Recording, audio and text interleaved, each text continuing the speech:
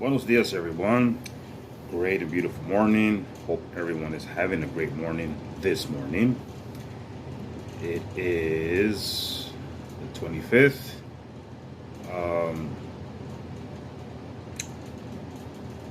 Last video was for the day before, and I got all mixed up. I had distractions, and I had other stuff to do, so I don't think I'm going to be putting the date no more.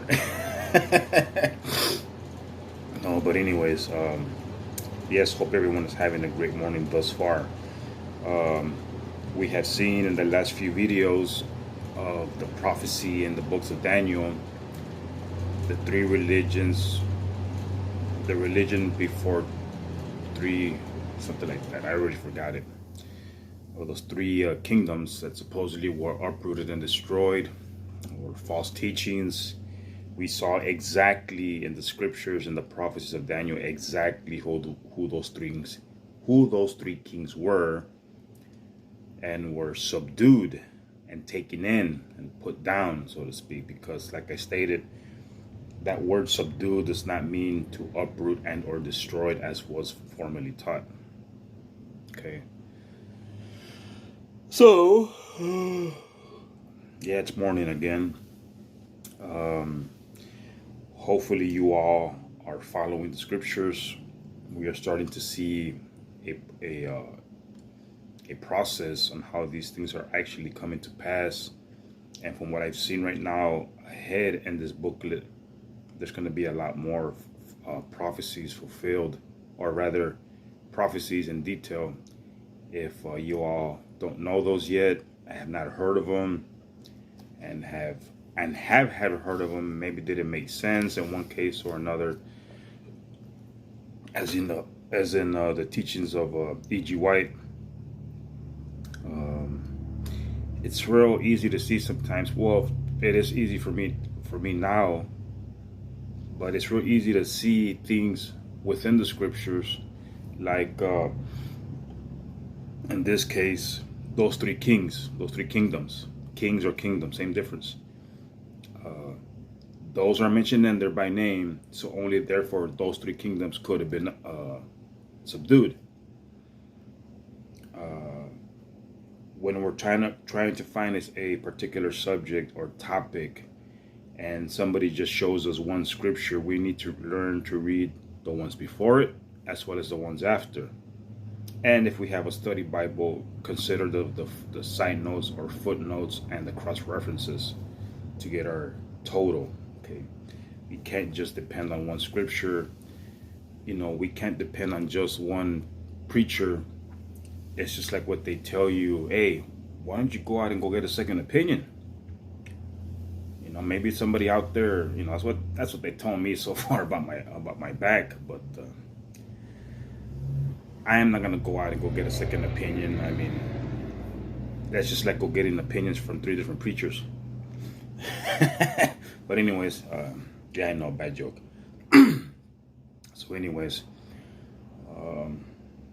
I'll continue from where I left off and continuing about the Roman kingdom, and I'll go from there. Okay. So we start with the yawn. I know I need to do these videos in the afternoons when I'm already woken up, have my coffee in my system, have my taco, my cereal, my bagel, and whatever else. Okay, this first section is called the Gettysburg Address.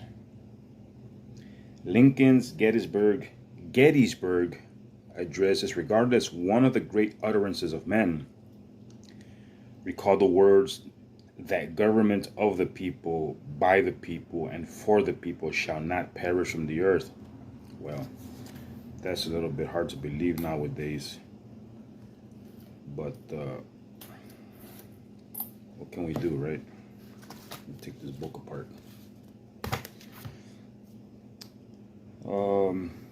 Were these new words that Lincoln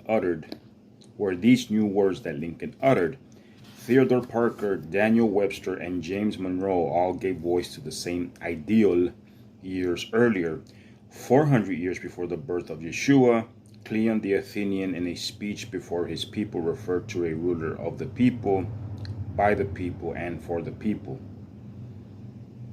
Cleon the Athenian is spelled Cleon. Like I said, I'm giving you guys these. I don't know if you want to look them up. A government of the people, by the people, and for the people is not the government of Yahweh. This government is the same as Nimrod started, spoken of Genesis 10. Oh, excuse me. It is identified in Scripture as Babylon, meaning many confusions. Notice how John identifies the same system in Revelation 14:8. Now therefore, and there followed another angel saying, Babylon is fallen, that great city, because she made all nations drink of the wine of the wrath of her fornication. The word fornication in this verse comes from the Greek word porneia, which comes from the Greek word porneo, meaning idolatry, figuratively speaking, or the practice of idolatry. Idolatry means the worship of gods. Babylon made all nations accept her teachings of God worship. Notice in Revelation 17:2, with whom the kings of the earth have committed fornication, and the inhabitants of the earth have been made drunk with the wine of her fornication. Teachings. Okay. Obviously, that is where we get the word porn from, or pornography. Is from the word fornication, because that is what pornography is. But in this sense, idolatry, the practice of idolatry, those things are God worship ways. They're not the ways of Yahweh. Yahweh prohibits these kind of acts, for fornicating, which is idolatry. Same shape, different forms. Wine for fornication. Wine is symbolic, meaning teaching. Fornication means idolatry of God worship. To understand this correctly, it should read earth confused with her teaching of God worship, because it is a fact. There are bukus and bukus, over 4,000 religions rather, in this country alone. So which one is teaching you the truth? Probably none of them. It was just kind of sad to fact. This just popped into my head when supposedly Joseph Smith asked God, which church should he go to? Why would you ask a question like that? I mean, I think if God was the name of our Father, which is not, I would ask him, what is the true word? What is the true teachings? Not the true church. Okay. But anyways, let's see. Yahweh never identified himself as a God in any of the original scriptures.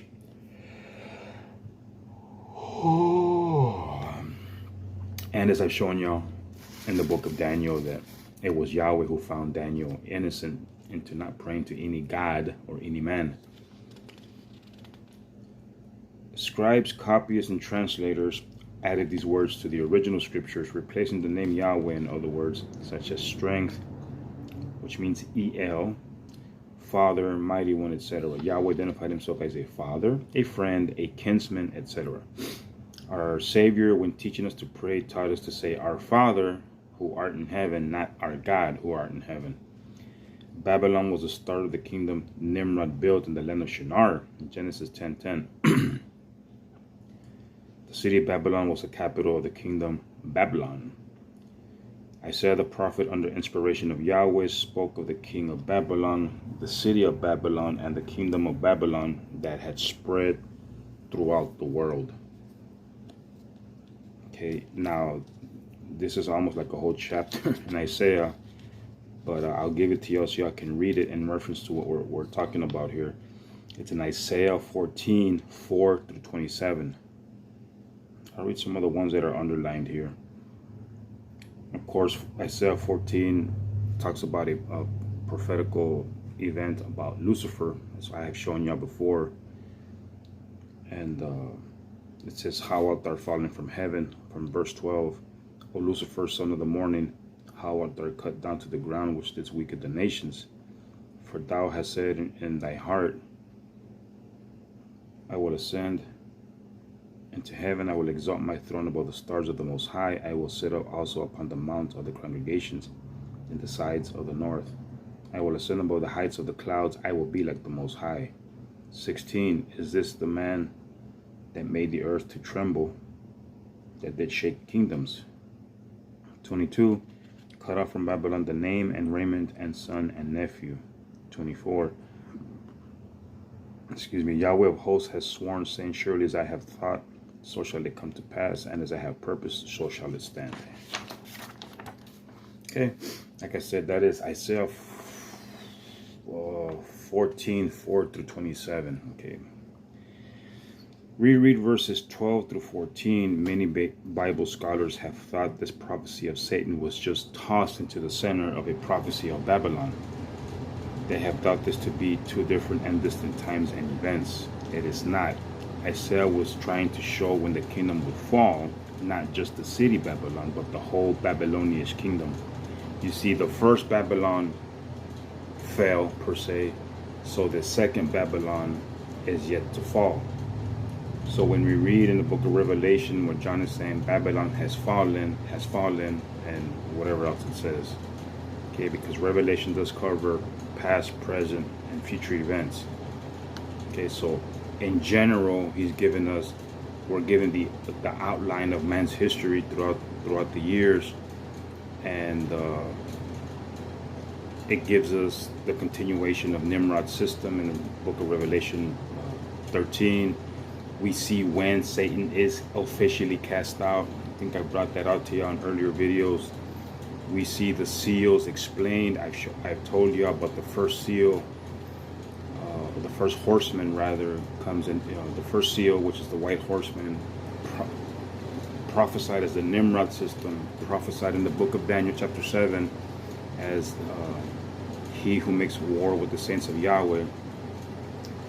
And then that came in, it's also spoken of to a certain extent in the book of Matthew 24, and it first comes into play in the book of Acts chapter 8, when Shaul, who was at one time part of this Roman kingdom, was out persecuting the saints of Yahweh, not the Christians. Okay, and a lot of people want to believe that, but that's not true, because it says they were called Christians. They were called Christians as a sign of contempt.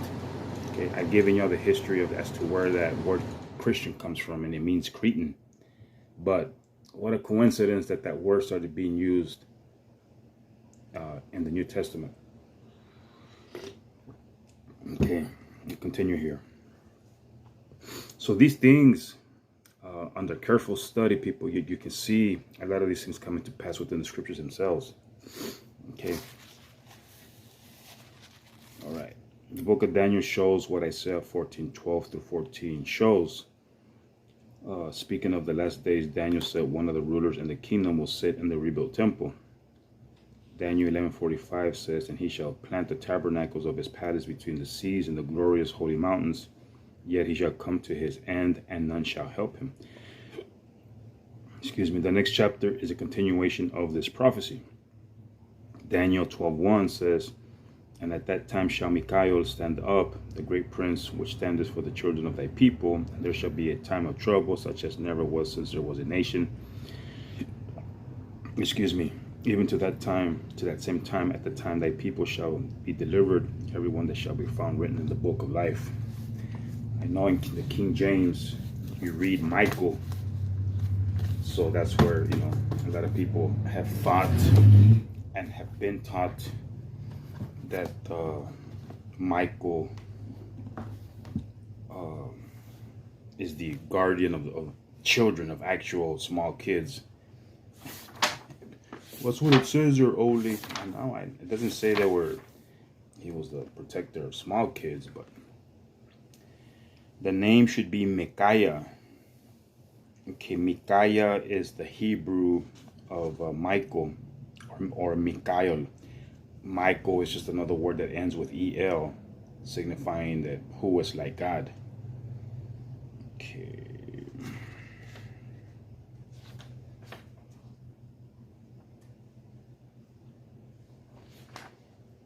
you want to cross-reference to Michael here.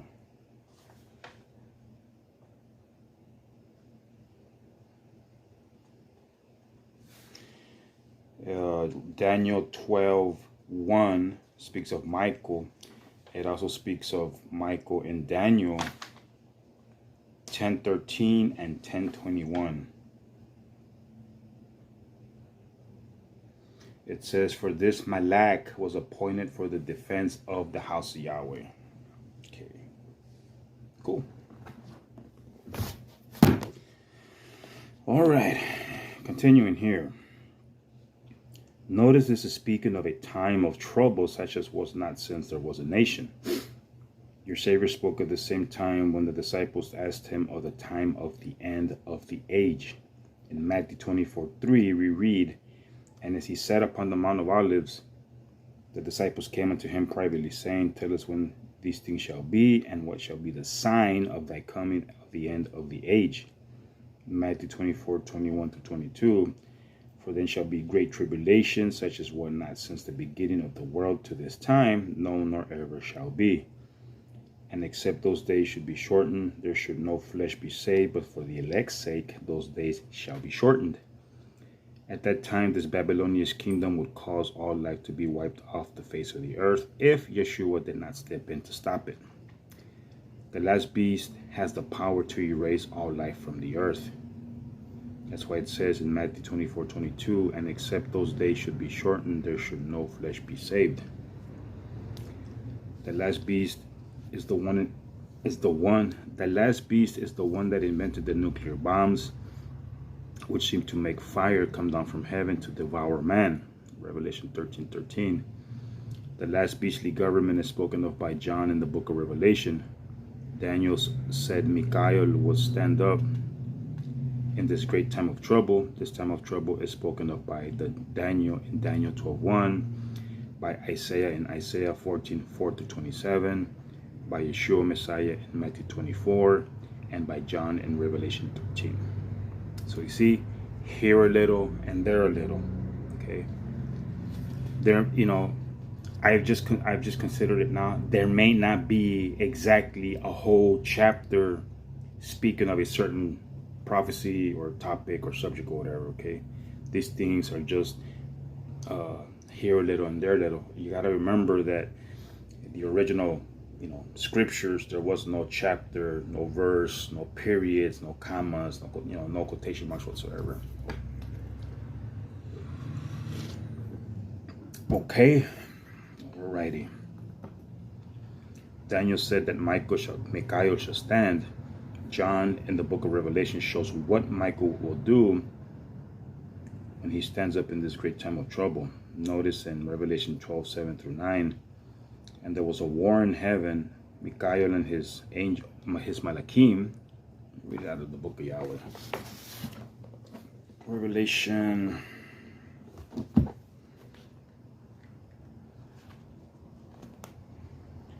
It says, "And there was a war in heaven, Micaiah and her Malachim fought against the dragon, and the dragon fought with her angels." It says here, "But did not prevail, nor was her place found any more in heaven." You see that? This is the time when they're going to be officially kicked out, Lucifer and her angels. "And the great dragon was cast out, that old serpent called the devil and Satan, who deceives the whole world. She was cast out into the earth, and her angels were cast out with her." There you go. Verse 7, the war in heaven. It says, "This war takes place just before the greatest time of trouble ever. Woe to the earth." Okay.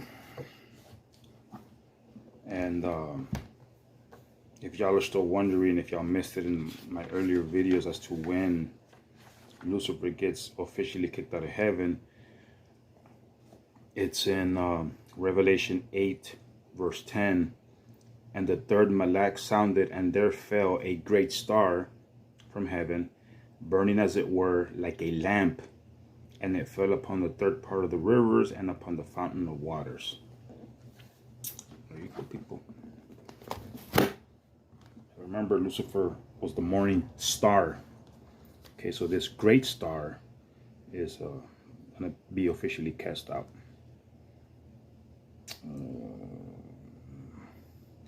Isaiah showing the same event in Isaiah 14:12-13. Daniel said this Babylonian kingdom will not fall until the last days.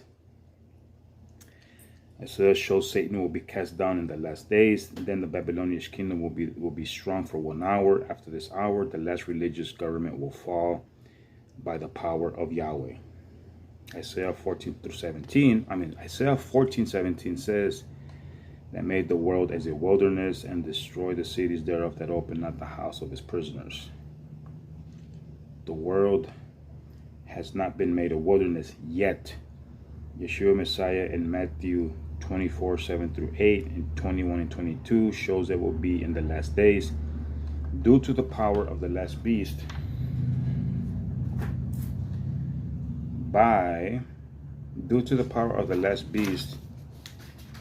by the bombs this last beast is stockpiling at this time.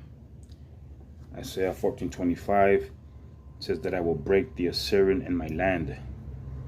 Unger's Bible Dictionary, commenting on the word Assyrian, says the populations of this wider country were absorbed into the kingdom of Assyria, and forgetting their origin became Assyrians to all intents and purposes. The worldwide dominion was achieved through the alliance with Babylonia, as well as by the absorption of other peoples of the valley. Though in other history, the Assyrian people were of one family, blood, with the people of Babylonia, and their land was likewise of almost one piece.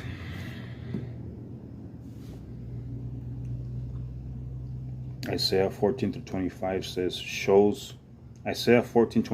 shows when the Assyrian is broken in the land, then and only then will the yoke and burden of Nimrod's kingdom depart from off the shoulders of this world. Any government of the people and by the people and against Yahweh will depart forevermore. Isaiah 12:25 and 26 says that I will break the Assyrian in my land, and upon my mountains tread him underfoot. Then shall his yoke depart from off them, and burden depart from off their shoulders.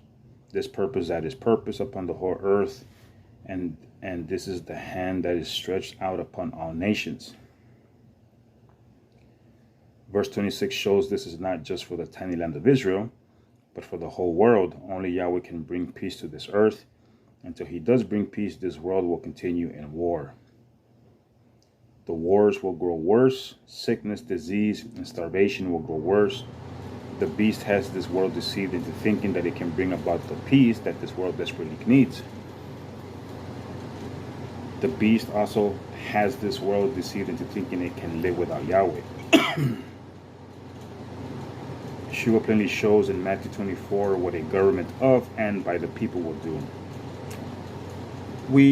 I'm sure y'all have heard y'all share of false doctrines that right now we might be in a state of peace, but that doesn't mean that there's other countries stockpiling their bombs and their weapons and whatever else. I mean, we see China and we see all these other countries with like, isn't China in Prophecy as the one that had like 200,000, which is like 2 million or 200 million soldiers, something like that. Okay, so just because we think there might be peace on the earth doesn't mean there is. You know, there might be other countries preparing for World War III. Okay. And if we ever had peace, it's always been in just short, a few years at a time or whatever.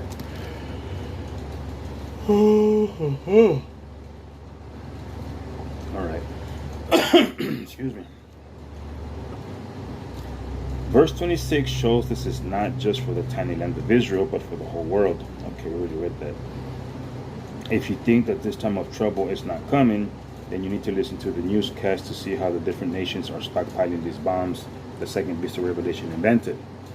Yes, the nations are definitely getting ready to fulfill the prophecies of Matthew 24. We are shown that this is the work of Satan in Revelation 13:2, and the dragon gave him his power and his seat and great authority. You know, there's also people out there, well, yeah, only this stuff is it's inevitable. It is. But some of you might be saying, well, what can we do? Where can we go?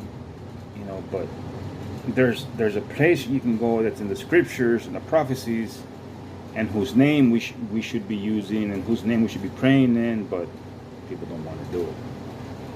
Okay. Some of y'all might be saying, oh, this stuff is already predestined. Well, I mean, I don't know about that, because like I told y'all in one of the last few videos about the word destiny being a pagan God's name. Yes, this stuff is already written. What Yahweh has said will come to pass. But we are also told to come out of her, to come out of this Romish Catholic system, so that we do not partake of the same sins. Okay. But anyways, that's what I'm trying to say, is that when somebody has your mindset on a certain way, you're not going to be able to change it. But I think I've stated in a couple of my videos, people are not going to worry about it until the poop really hits the fan.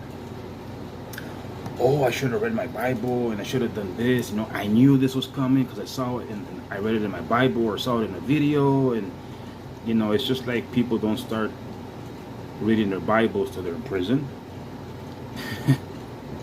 Ding, ding, ding, ding, ding. People don't start worrying about the Bible till they're dying, they're on their deathbed, or a loved one is on the deathbed, and they start realizing that, well, yeah, maybe we shouldn't have eaten pork all this time, because now my family member or my loved one is sick, got high cholesterol, got high blood pressure, got clotted arteries, and so on and so on and so on. I should have eaten all that medium rare meat. Like I said, people, you're not going to worry about it till that time comes. Hopefully it doesn't come to you, but like the Messiah said, when these things start coming to pass, then when you see these things, then you will know that I told you the truth. Praise Yahweh.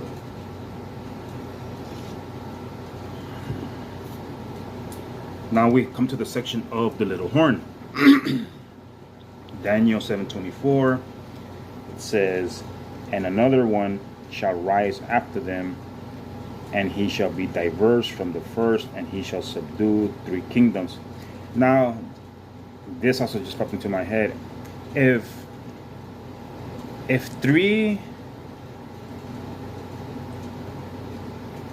because if y'all remember in the statue, I probably haven't covered it, but if y'all have ever studied the prophecies of Daniel about the statue, with the head of gold and then bronze and aluminum and copper or whatever, the 2 legs are papal and pagan Rome, and then the 10 toes are supposed to be these other nations. Okay, they are supposed to be mingling, clay and some kind of alloy. Obviously, those things don't mix, so obviously these kingdoms don't get along all well together. Okay, but if you think for 1 minute that 3 of those kings were uprooted, then we'd only have 7. See, people, it's it's kind of dumb to think about, but how many people think like that? Okay, so me and my sarcasm and my dumb ways of thinking, it makes sense. It's not that hard to figure out. Okay, in other words, like I said, I was a C&D student, and my vocabulary is not that great, even though I speak better than what I used to. I don't mumble as much anymore. But yeah, people think about it. If 3 of those kingdoms were uprooted, then there'd only be 7 toes and not 10. But who am I to correct, that woman, right? The papacy, which arose on the separation of the Roman Empire, differs from all previous forms of Roman power in that it was an ecclesiastical despotism, claiming universal dominion over both spiritual and temporal affairs, especially the former. Remember, I told y'all the Greek word to Catholic means universal. Okay. It was a union of church and state, frequently with the church being the dominant, because the church is the one that passes the religio-political laws and politics. Okay. Let's see. What is Christianity? By Adolf Harnack, 1903, page 269 and 270. Whatever Roman elements the barbarians and Arians left came under the protection of the Bishop of Rome, who was the chief person there after the emperor's disappearance. The Roman Church in this was privily pushed itself into the place of the Roman world empire, of which it is the actual continuation.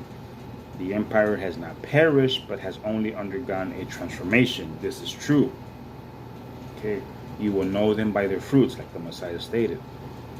That is no mere clever remark, but the recognition of the true state of the matter historically, and the most appropriate and fruitful way of describing the character of creation, and as imposing as a world empire, because a continuation of the Roman Empire. The Pope, who calls himself King and Pontifex Maximus, is Caesar's successor. I have shown y'all in those other books of The Mark of the Beast, of Ellen G. White, coming from Catholic commentators, quotes, bishops, and whatever, saying that that's what the history has shown, that the Pope has called himself as Pontifex Maximus. It says, no, the church will not descend into the tomb. It will survive the empire. At length, a second empire will arise, and of this empire, the Pope will be the master. More than this, he will be the master of Europe. He will dictate his orders to kings who will obey them. That is coming from Joseph Turmel under the pseudonym André Lagarde, from the Latin Church in the Middle Ages, from New York, Charles Scribner's Sons, 1915, preface, page 6, or preface, part 6. Okay. All right. Continuing here. Notice what Paul said referring to the word heretic to the Catholic hierarchy. If you weren't a Catholic, then you were a heretic. Acts 24:14 says, but this I confess unto thee, that after the way which they call heresy, so worship I the mighty one of my fathers, believing all things which are written in the law and in the prophets. The Catholic Church was nothing more than an army of monks with a sword in one hand and a cross in the other. This is the established way of spreading this false faith of lies. You know, yes, we're supposed to put on our shield and use our swords, but not an actual sword. You know, not threaten people. Oh, yeah. Not threaten people, literally. Okay, we have to be called out. We're not going out there hunting for men's souls. It says here that Nimrod used the same terrorist technique to spread his religion. A religion, as in Genesis 10:8-12 says, was against Yahweh. Have y'all caught that on by now, people? If you are against using the name of Yahweh and the name of Yeshua and believing what the law and the prophets have spoken, then you are pretty much a part of this Nimrod rebellious system. Okay, the pure faith is the faith once delivered to the saints, as it says in the book of Jude, verse 3. The pure and unadulterated word of Yahweh is the law and the prophets, Psalms, Proverbs, not following man-made traditions, ideas, and customs and practices and laws and whatever else. Okay, this next section here is already what I covered about the Christian cross and the greater mysteries and blah blah blah, so y'all have an idea. And you'll notice here's that guy, I think I showed you in the video, the guy wearing the headband with crosses. Okay, that is what all this stuff is talking about here, all about the greater mysteries. Okay, so it says here, there can be no doubt that this system of worship is from Nimrod himself, who was against Yahweh and the Holy Scriptures Yahweh inspired. So obviously, this Nimrod system started in Genesis, but then if we go forward a few chapters, like in 26, we have clear proof that the laws of Yahweh were there, because it says that Abraham obeyed my voice, my charge, my commandments, and my laws. Okay. Alrighty.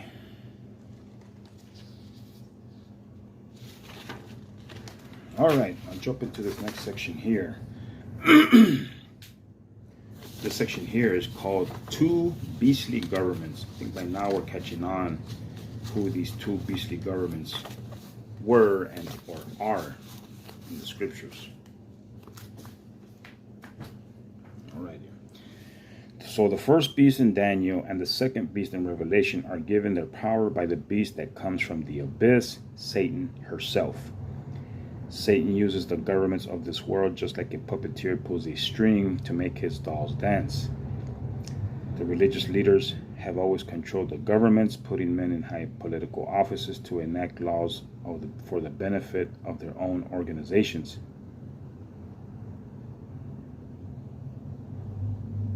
These laws often bore the death penalty to anyone who resists their pagan teachings. We read that in Revelation 13:15. Their method of operation was simple: wipe out Yahweh's leaders by brute force. This method is as old as Nimrod, who through his army of monks destroyed everyone who opposed Nimrod's teachings, which was against Yahweh. The prophet Zechariah wrote in Zechariah 13:77. Is that right?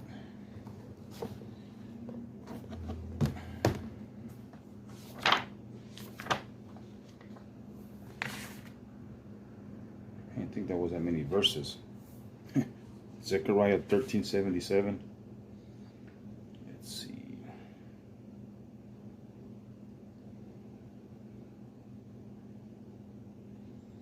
Smite the shepherd.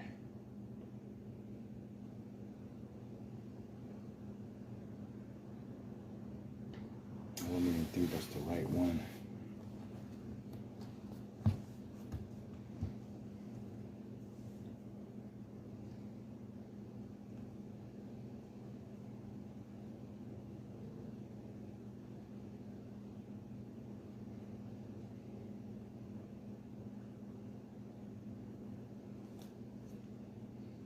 (13:7). Yes, Zechariah 13:7. Awake, O sword, against my shepherd, against the man who is my companion, says Yahweh of hosts. Smite the shepherd, and the sheep will be scattered, and I will turn my hand against the little ones. That is actually a prophecy of the Messiah. All right. The governments led by the religious leaders changed Yahweh's laws by the power Satan gave them. They persecuted anyone who would dare teach the truth according to the scriptures. Terror was employed to gain converts. Yeshua sent his disciples into this kind of terrorism and told them to fear not. Okay. Matthew 10:28, and fear not them which kill the body but are not able to kill the soul, but rather fear him which is able to destroy both soul and body in Gehenna. This is, y'all can read Matthew 10:16-28. Yeshua knew that his disciples would be persecuted and killed because of the truth they taught. Yeshua sent his disciples into this kind of terror established by Nimrod, not to become a part of it, but to preach against it.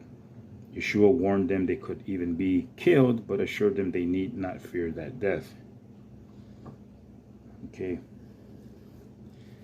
Notice in Revelation 13:1 and 2, there's another typo here. It says 1-27.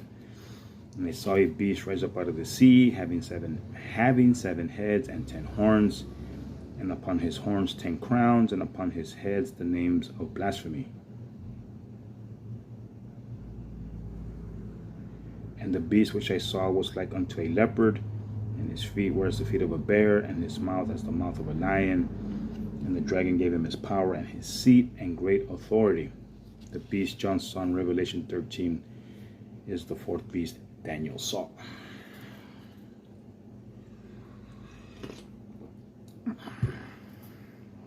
So now we have, it gets better right here. Can't even see how much time I got left. Got 20 minutes. Daniel 7:7. After this I saw in the night visions, and behold, a fourth beast, dreadful and terrible and strong exceedingly. And it had great iron teeth. It devoured and brake in pieces and stamped the residue with the feet of it. And it was diverse from all the beasts that were before it, and it had 10 horns. Revelation 13:27, mouth as the mouth of a lion.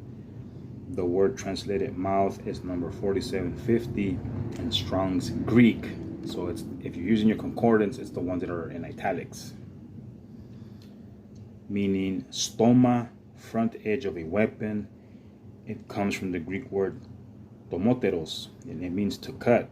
And from the Greek verb demo, means to chop or cut down by repeated blows like hacking. Wow. What John saw in Revelation 13:2 was a beast or army chopping down those who would not convert to a religion which was against the religion of Yahweh's ways, or holy word.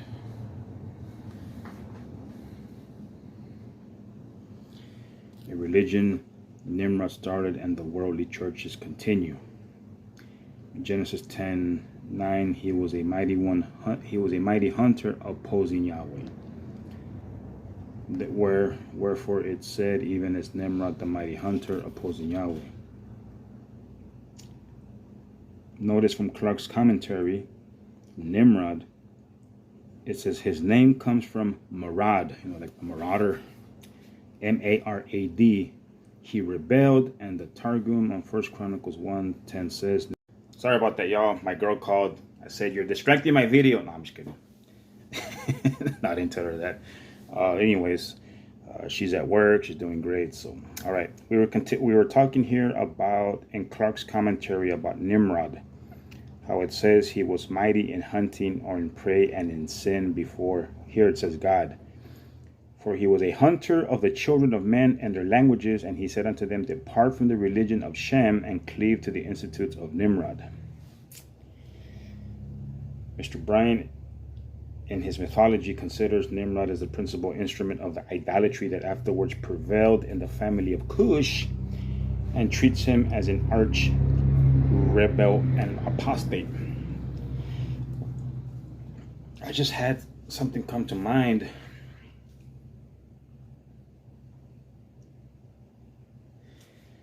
I read somebody, I think it was in the Fed, somebody told me one time that, or they were talking about this, not Nimrod, what this name? Nostradamus, a supposed prophet that supposedly made these prophecies, and some of them have come true, some of them have not, but if y'all notice, that name ends with US, so obviously he was probably a Roman dude, but supposedly, as a matter of fact, I remember watching, get to the point, Oli. I watched a video years ago, and they were talking about Nostradamus' prophecies and how he supposedly predicted these things and came true. He supposedly prophesied of a guy, but his name was Hitzer. And of course, the narrator was like, well, of course, but if you put the L in it, it means Hitler. So, that's more or less how they were reacting to it. And then he prophesied these things would come to pass when President Bush, I think Senior, when our President Bush was in the office, and they referred to this in the land of Cush. But if you put a B in it, it says Bush. That was the stupidity of people and trying to make things fit to suit their ideas. Well, we read this about syncretism and how the religious were taking ideas from each other and making these things work. So now that I think about it, I'm like,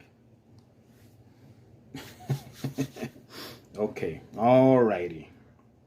Again, people, remember, the Messiah was prophesied of by name or by his title that he had, signifying what, the commission he was not to do. Therefore, we can almost literally verbatim say that Abraham and Isaiah and the prophets who spoke of Yeshua mentioned that word / name. But they didn't mention Mary's name. They didn't mention John the Baptist's name, but they did mention the names of the two witnesses also in the book of Isaiah. Okay. But they're not per se earthly names that we covered about the two witnesses, or when Yeshua was born, he was not born Jesus. He was not born Yeshua. He was born Ben Yosef, or son of Joseph. Okay. All right. Nimrod. So yeah, people, stop believing in guys like that. Nostradamus was no. Nimrod, having acquired power, used it in tyranny and oppression. Do you see the similarity in the way Nimrod established his religious system and the way the two beastly systems have been established? Satan doesn't withdraw any blessings because she has none to give. Satan just causes all kinds of trouble, confusion. Read the book of Job to get a clear picture of the mind of Satan at work. Then look around you and you will see the same problems in the world today. John saw a forceful, warring, religious political system seemingly wounded to death, but it comes back stronger than ever. This is an excerpt from Unger's Bible Dictionary, page 116, which tells us of Babylon. Belshazzar, Daniel 5, Nabonidus was the last king of the Neo-Babylonian Empire. On October the 13th, 539 BC, Babylon fell to Cyrus of Persia, and from that time on the decay of the city began. Xerxes plundered, and that Alexander the Great thought to restore its great temple in ruins in his day, but was deterred by the prohibitive cost. During the period of Alexander's successors, the area decayed rapidly and soon became a desert. From the days of Seleucus Nicator, from BC 312 to 280, who built the rival city of Seleucia on the Tigris, queenly Babylon never revived. The end of the greatest city of antiquity had come.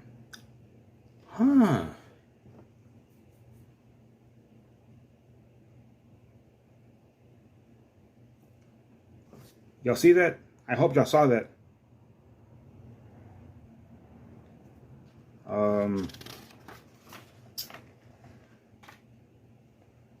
So what I just saw here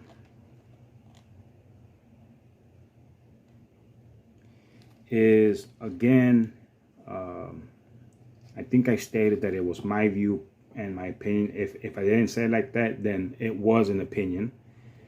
Okay. I have read to y'all about the supposed wound of Pope Pius, or Pope Leo, that was taken captive by Nostradamus, by Napoleon. The Pope did that in exile, but from what I see here now, this it looks like to me, I'm gonna look more into it, that it was the Babylonian Empire that was wounded unto death but came back stronger. Wow. Okay, so this was the deadly wound that was healed, in other words. Okay. Alrighty. Correction made. We have already established from history that the Babylonian system spread throughout the known world, as the excerpt above explains. The city of Babylon was destroyed, but why then should anyone believe that the whole system perished with the loss of just one city? Great point. That is like saying the United States perished because one town in America was destroyed.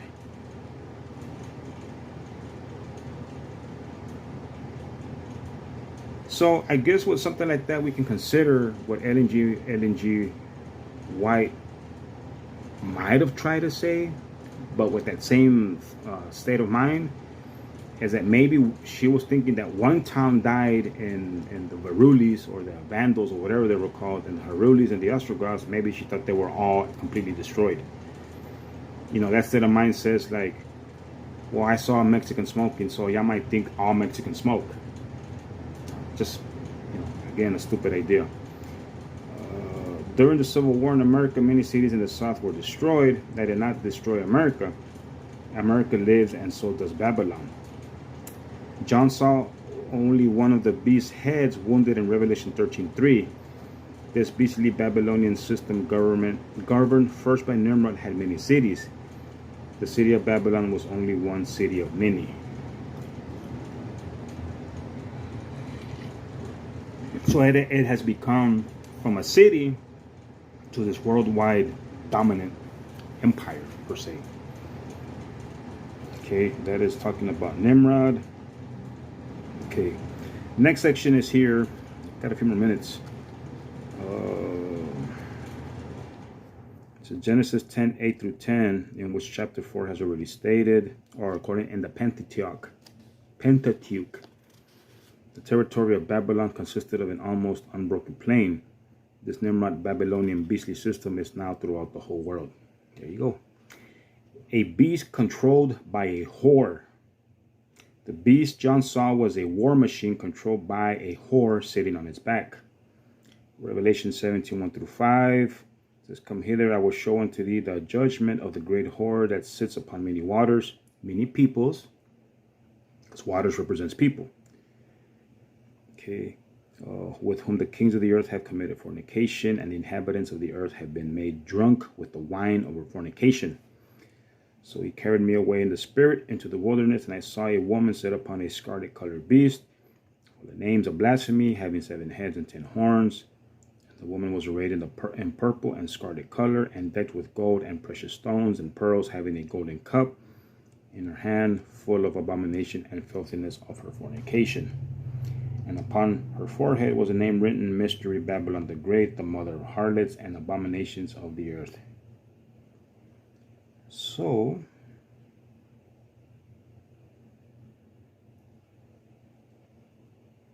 I can't even text this morning. Revelation,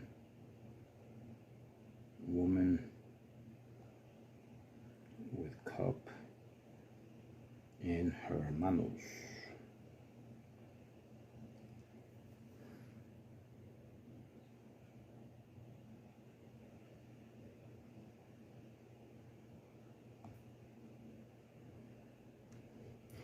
Of course, this is the Roman Catholic Church personified. Since a church does represent a woman, or a woman represents a church. Okay, even through this symbology, with like I said, 14, 15 years of study, it's very easy to see who the true woman is, and the clean, pure woman, and the adulterous woman, per se. And it's no coincidence that we have this little guy holding a cup as well. It's all there, people. The symbology is there. Okay. Talking to a guy. He's years behind I am in these studies, and he'll text me, "Hey, Oli, where can I find this? Where can I find that?" And I'll help him. That's what we're supposed to do, is help people. And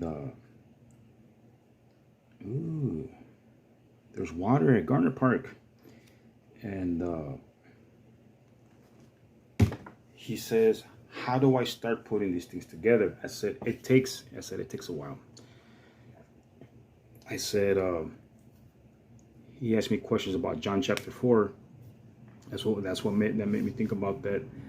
I said, that is a great lesson.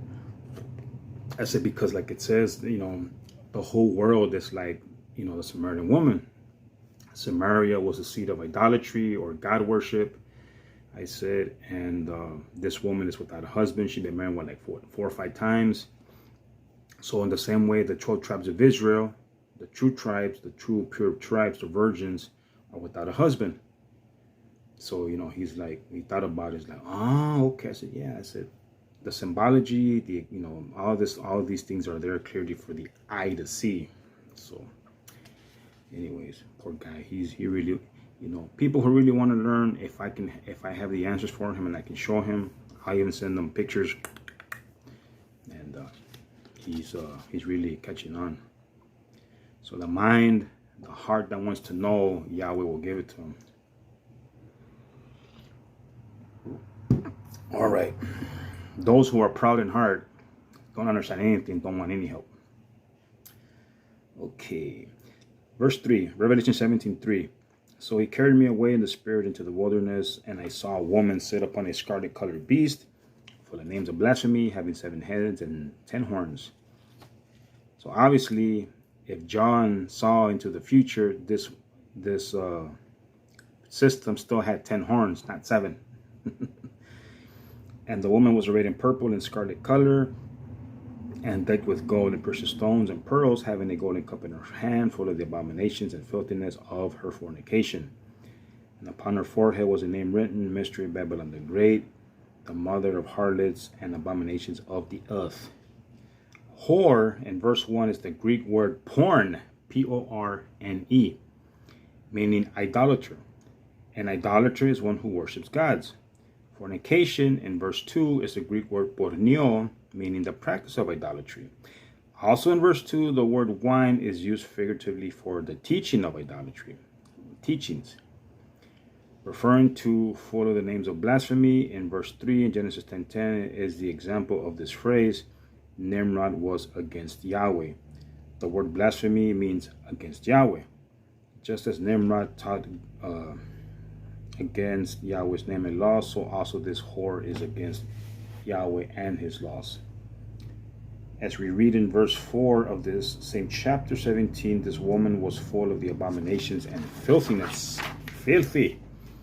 Abominations in Strong's Greek, since it's italicized, is word number 946 from Strong's Exhaustive Concordance Greek Dictionary, and means a detestation, idolatry, abomination. Number 946 in Strong's Greek comes from word 948 in Strong's Greek and means to stink, to be disgusted, to detest, especially of idolatry. Abhor, abominable. Idolatry is simply the worship of gods or anything other than Yahweh. Filthiness is word number 168 in Strong's Exhaustive Concordance and means the state of impurity, moral filthiness, and comes from word number 169, which means impure, lewd, or specifically demonic, foul, and unclean, like the pig. The word God, notice that the word God comes from the Canaanite word El, which is the same as demon. I've shown y'all this. From the Interpreter's Dictionary of the Bible, it says, in the original sense, a demon may be defined broadly as an anonymous god, i.e., as a personification of one or another of those vaguer, less identifiable powers and influences that were believed to operate alongside the major deities and to condition particular circumstances and experiences. In Homer, e.g., demon and god are virtually interchangeable. On the same source of the Interpreter's Dictionary of the Bible, in the Old Testament, daemon, the Hebrew equivalent of demon, or daimon, D-A-I-M-O-N, in the original sense is simply Elohim, commonly rendered God.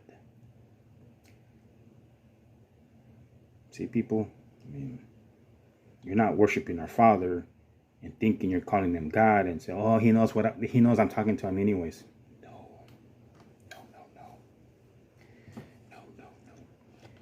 Okay, so how can we be pure in the eyes of Yahweh? Seek Yahweh and his ways to do them. How can we be filthy as this woman is? Go against Yahweh and his laws. Revelation 22:14 and 15. Blessed are they that do his commandments, that they may have right to the tree of life, and may enter in through the gates into the city. For without are dogs and sorcerers and whoremongers and murderers and idolaters, and whosoever loveth and maketh a lie.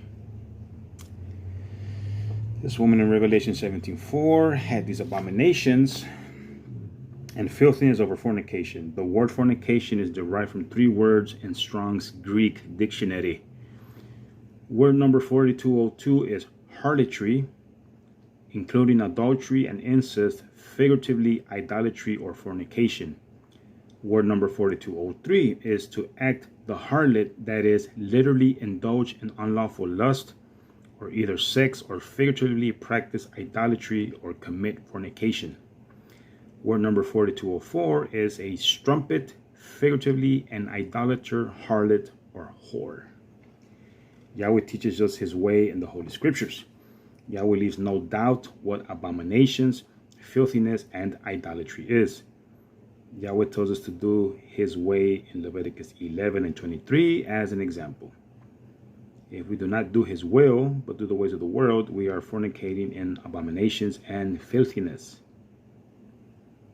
Fornication is idolatry, which is the worship of gods. If one teaches against Yahweh as Nimrod taught and teaches the abominations are now clean,